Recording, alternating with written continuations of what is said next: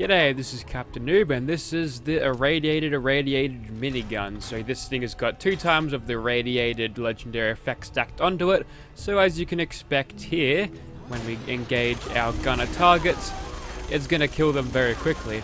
Now something I've noticed about the damage showing up is that it actually doesn't account for radiation damage. So we're not going to be seeing the crazy numbers of the radiation damage, I think. Oh, actually, no, there it is. Never mind. I'm wrong. You can just see it at the top of the sort of damage thing. You don't get it against the turrets, obviously, because they're robots. But once you go ahead and destroy the robots, you're free to engage all of the gunners you want. And okay, you've got an MPL, but for some reason, I think I uninstalled that mod, and now it's got no textures. This is kind of weird, but we'll press on anyway. So yeah, obviously it's going to do very, very well against, it's the battle of the heavy weapons. If you've only got a junkie's Gatling laser. Being on the receiving end of an irradiated minigun, by the way, is possibly the most deadliest thing you could be against in this game, because obviously as a human you're susceptible to it, and they do fire quite long bursts when it comes to these radiation type weapons. So yeah, a lot of it can stack quite quickly.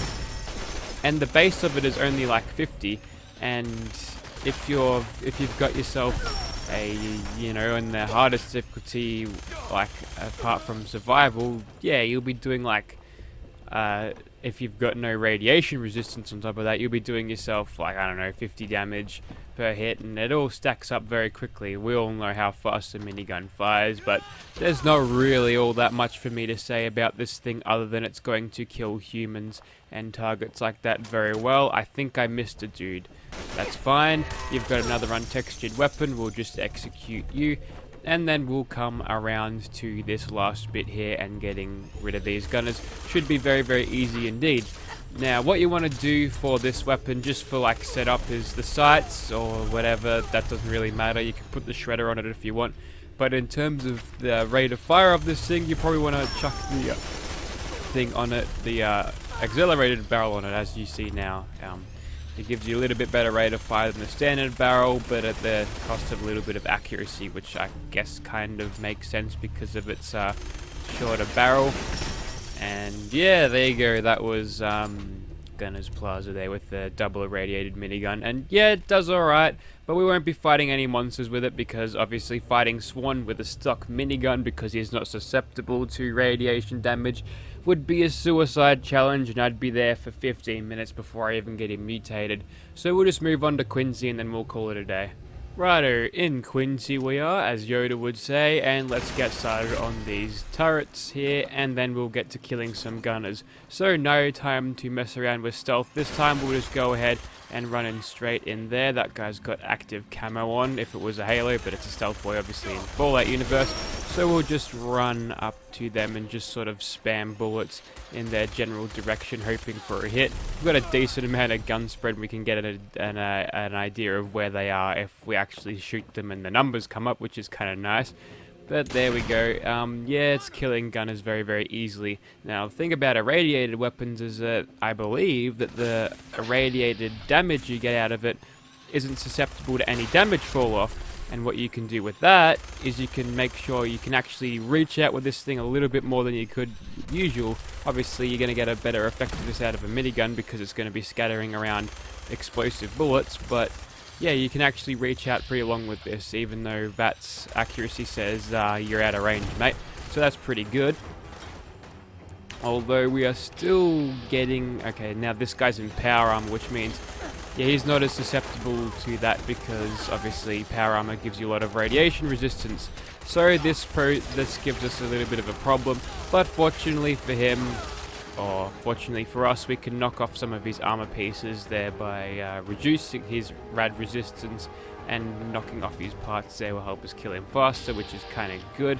We'll just go ahead and shoot this gunner all the way from here. I probably should have chucked the tri-barrel on there, because obviously my accuracy at this range is suffering greatly, and that Assaultron Dominate is actually kind of scary now, because I don't really have a good weapon to deal with that unless I want to just drop this weapon and use my fists instead, but that's probably not in the spirit of this video.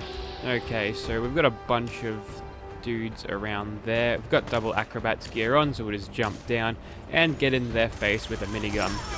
Now, the minigun sucks in this game, everyone knows that, and obviously that is because this thing is given to you within the first hour of gameplay with that whole Preston thing, so it's readily accessible, and yeah, to balance that, they just made it suck, because obviously if it's a weapon that you can get in the first hour, if it's a god gun, it will destroy the weapon balance of the game, and it wouldn't be fun to play. You'll knock off your legs there with our 5mm bullets, and before you can terminate, a krill will just quickly stagger you to the point of where you're floating. And it's going to explode because I knocked off all of its limbs, and that's just the protocol of eye for an eye, I guess. Anyways, we'll just quickly knock off that gunner up there and finish off the dude in here. Very close range, deadly at close range, because obviously all those bullets that are going to hit, that's a guaranteed amount of radiation damage that is not usually resisted. Some of these gunners though have some leaded combat armor, I'm guessing, so that is why I'm not getting the most consistent way of irradiated damage, sorry. So yeah, there's some. Okay, that was a completely unnecessary nerd rage, but whatever. I think we've got one more turret left, which usually lives over there, so probably our last human gunner target is just around there. And yeah, this is the first time in a while where I've actually done a double legendary weapon. I used to do it quite a bit as I first got into PC and on the arse end of my PS4 days, so it's something old coming up here. Also, I'm going to have to look at uninstalling that MPL mod manually, because for some reason Nexus Mod Manager didn't quite get rid of it properly, so that's a pain in the ass. That thing's quite broken these days. But there you have it. That was the Irradiated Minigun against Gunners Plaza and Quincy. Obviously, this thing is going to be it's going to be a lot better if you only use it against humans, so its versatility is not all that great, so I probably wouldn't recommend this. But if you want to go ahead and blast through some enemy opponents, maybe early on in the game, yeah, this is a weapon for you, I guess. So if you'd like to see this weapon in your game, be sure to check out the description. This one is available for all platforms, so yeah, PS4 friendly content on Captain Noob. You never thought you'd see the day, huh?